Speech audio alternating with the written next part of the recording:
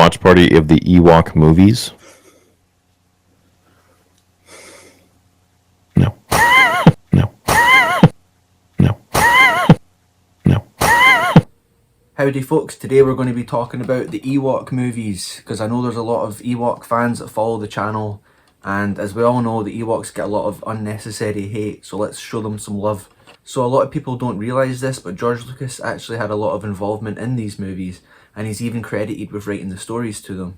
His involvement was mostly post-production, but he even helped film the reshoots and even edited some of the scenes. The young actor Eric Walker, who played Mace, he recalled that when George was on set it got faster, so that checks out. We know George is all about faster and more intense. He wrote here that George Lucas came on board to direct 1 week of pickup shots.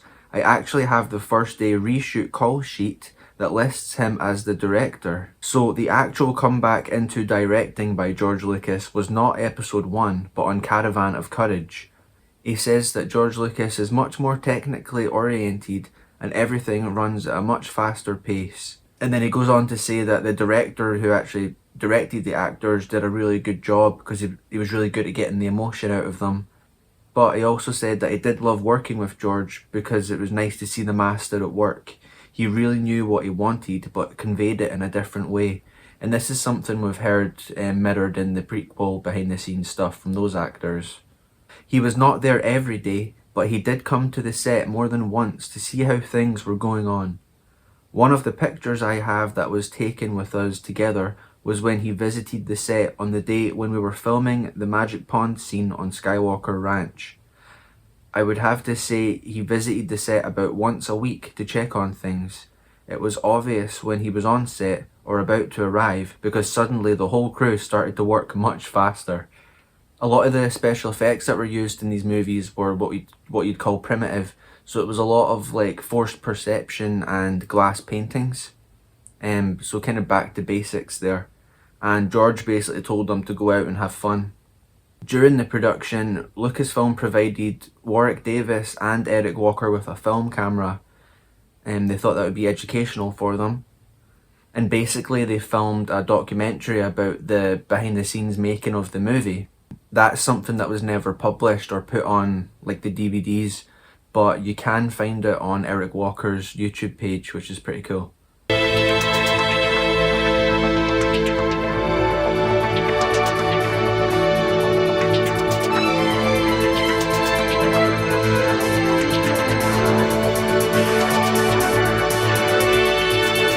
So how this came about, basically sometime after the release of Return of the Jedi, George Lucas had the idea for a television special involving the Ewoks, and it's mainly because the Ewoks were his daughter's favourite characters and he wanted to make a movie for her.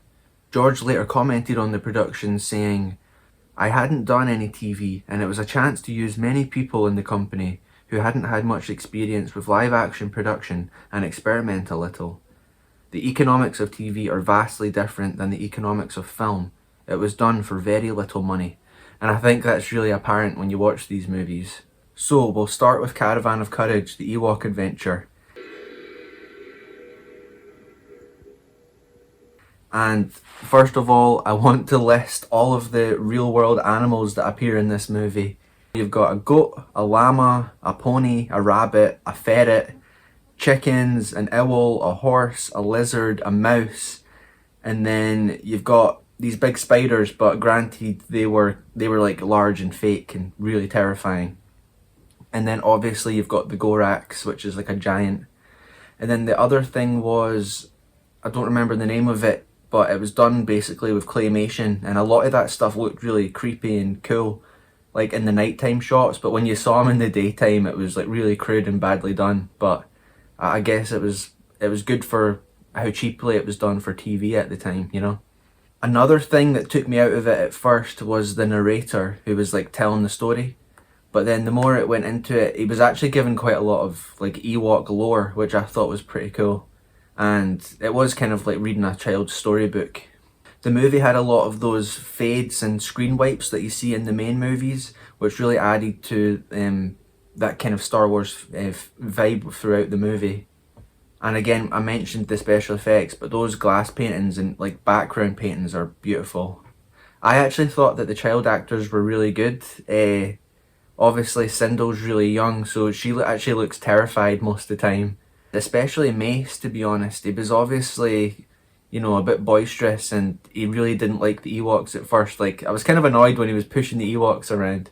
But, no, as a child actor, he was, like, how else can you say it? He really put his all into it, it seemed. One continuity error I noticed right away.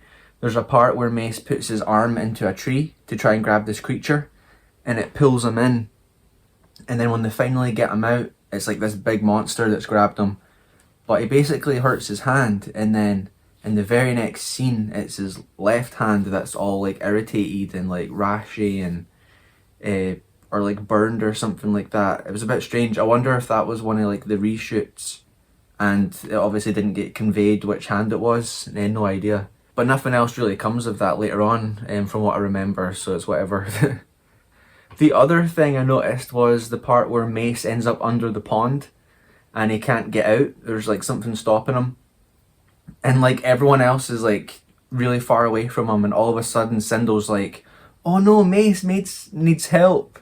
And then he's under there for a good few minutes before Wicket gets him out with the stick. He would have been well drowned by then. And then one more criticism. I don't know if this appears anywhere else in the lore, but there's a part where their convoy walks across a desert. I have never pictured a desert on Endor before, so that was a bit strange. Now, some of the scenes I really liked. I really liked at the start where the Ewoks come across the crashed shuttle and they find Sindel, and then Mace comes in with his blaster and he's like, get away from her, and he's firing the blaster and stuff like that. And he did look like really distressed and just thought they were little monsters trying to eat his sister, I guess. Another part I really liked were those little kind of pixie light things that were flying around. I thought the animation on them was really cool, especially when there was like hundreds of them just zooming around, and he obviously held one of them in his hand and it was kind of like zipping about. It looked like a little ball of electricity. It was cool. And then towards the end, when they reach the Gorax mountain, there's a big boulder stopping them from getting in, and Mace uses his blaster. He says, "Oh, there might be enough charge left," and he fires at it, and the laser blast basically, it's almost like it heats up the rock and then it explodes. It would have been cool to see a bit more of that in Star Wars, I think, to see what the blasters were capable of. Oh, and then obviously in Return of the Jedi, when that Ewok dies during the battle, like to this day, that's one of the saddest things I've ever seen. But in this movie, they do it again. The little warrior Ewok with the axe, the Gorax is hitting the wall, and the boulders fall and crush him, and he dies. And he gives Mace his axe, and then he dies. Obviously, spoiler alert: Mace uses it to. Actually, I tell a lie. The mum does it first, and then the Gorax climbs back up, and then Mace hits him with the axe, which he practiced earlier in the movie, and then the warrior Ewok hit his axe with the axe, and that's how they kind of bonded, type of thing. So, good storytelling there, a bit of a payoff at the end. So basically, both families get reunited. You've got Mace and Sindel with their parents, and then the Ewok family gets reunited as well. And then it's got that kind of like moral message at the end. It says, courage, loyalty, and love are the strongest forces in the universe. And that's something that they already knew. So, happy ending, good stuff. Aye. And then we move on to the sequel, The Battle for Endor. So following the success of Caravan of Courage, George Lucas decided that he wanted to create a second film. He hired a couple of directors who had told him that they thought the first movie was flawed and disappointing. He actually met with them for 2 4-hour story conferences. And spoiler alert, it was George Lucas's idea for the family to die at the start so that it would just be Sindel going on this adventure with the Ewoks. And that's also to do with his daughter. He'd been watching other movies that had a similar kind of theme throughout them with her. And some more involvement from Lucas. Throughout the production, he would visit the set 3 times per week. That's 2 more than the 1 time per week for the Clone Wars. It was just basically to look at art and costume designs. He would voice his opinion on these designs using set rubber stamps that he was given. One of them said great, one of them said could be better, and another one just said 86. That would have been the year it came out, because the first one was 1985. The director said that Lucas's involvement was mainly in pre-production and editing. He'd given almost no notes on the script at all, but after our first cut, he came up with an assortment of new scenes and shots for us to film and cut in. And apparently that's something they took into account. They didn't tell George this, but they called it the George factor. And they basically put that into their budgeting and schedule from the beginning, because they knew this was the way George worked, basically. Another cool bit of trivia, this movie features the character Chiral, and there's a source book called The Illustrated Star Wars Universe by Kevin J. Anderson, where he retroactively made her into a Night Sister of the planet Dathomir, and that was after the release of Dave Wolferton's Courtship of Princess Leia, which is one of my favourite EU novels, and I've got a video about the history of the making of the novel if you're interested. Now, this movie didn't have as many real-world animals. It only had a pony, a raven, and a horse. And that's something that was a bit better production-wise. It had a lot more alien creatures, especially that little creature. I'll put him up on screen. I can't remember his name, but he basically moved really fast. It was actually quite hilarious to watch, to be honest. But he was a good character. You don't see her family die. It's all done on like a wristband that she has with lights. There's like a light for different family member, and you see them blink and go out. So her mum dies, and then Mace is in the beginning for a few seconds. He basically pulls the mum into one of the huts, and then you see on Sindul's bracelet that his light goes out. So it's pretty morbid. And then the same happens with her dad later, and it's a bit of a shame, because obviously I've read that the actor Eric Walker was really excited to come back and do another movie because he had so much fun on the first one, and then he got killed off right away, and the poor wee guy cried his eyes out, so it's a bit of a shame. Again, beautiful glass like matte paintings for the backgrounds, good acting from Sindel. I think she's still pretty young, so she's loving being with the furry Ewoks, and then when the scary things come, like she is scared. So I don't know how much of that is acting and how much of it's just reacting. There's an Ewok cutting about with a blaster, which is awesome. And then there's the Ewok that has the crutches, and he's like moving a bit. That was pretty funny to watch. I got a chuckle out of that. One of the better scenes of the movie is towards the end, when there's the battle in the forest, and the Ewoks are versing those alien creatures. I'm a fake fan, I don't remember their name. I'll put it on the screen. It's basically them fighting among the trees, and there's the laser fire going through, and I think just visually it's a bit more like a classic Star Wars movie.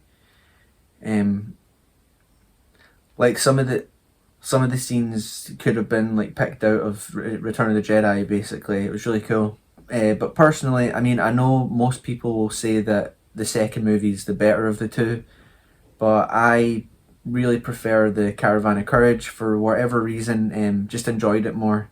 It just had a more kind of light-hearted feel to it.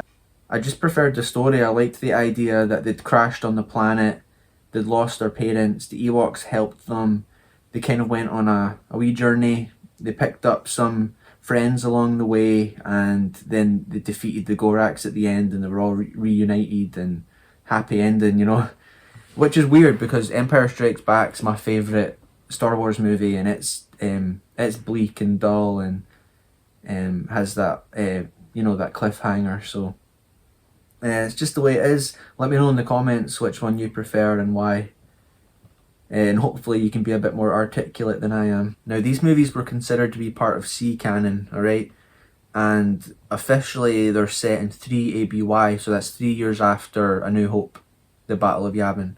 It's quite funny because when they were making the movie, all the cast and crew visualised it being about 150 years after the Return of the Jedi, and that's something that Leland Chi, the Keeper of the Holocron, was considering doing, but basically because of Wicket's youthful appearance, he decided to set it before the Return of the Jedi. And speaking of canon, Pablo Hidalgo had this to say about the movies. He said, "It's kind of its own bubble. Anyone's free to reference it, but no one is beholden to it, is all. I doubt anyone is looking to contradict it. George just didn't seem to see it as all too connected to the rest of the mythos and preferred it that way. I've discussed it in some of my other videos. He's one of the guys that will come out now and say that none of it was ever canon. But this kind of terminology, this is the kind of things they were saying for over 30 years, you know. George Lucas stated for Starlog magazine that they actually planned to do a third movie, but it was getting too expensive to make them, so that's why it never happened, sadly. So, who knows, maybe Disney Wars will make one. Hopefully not. Right, I hope you enjoyed that. I think the Ewoks always deserve some attention, and especially George Lucas era Star Wars, that's part of the channel. We're preserving the old lore canon and continuity. Next time someone tells you that a bunch of teddy bears defeating the Empire is stupid, just say, well, that's the way it is. So take care, folks, and as always, long live the expanded universe, and lang may your lums reek.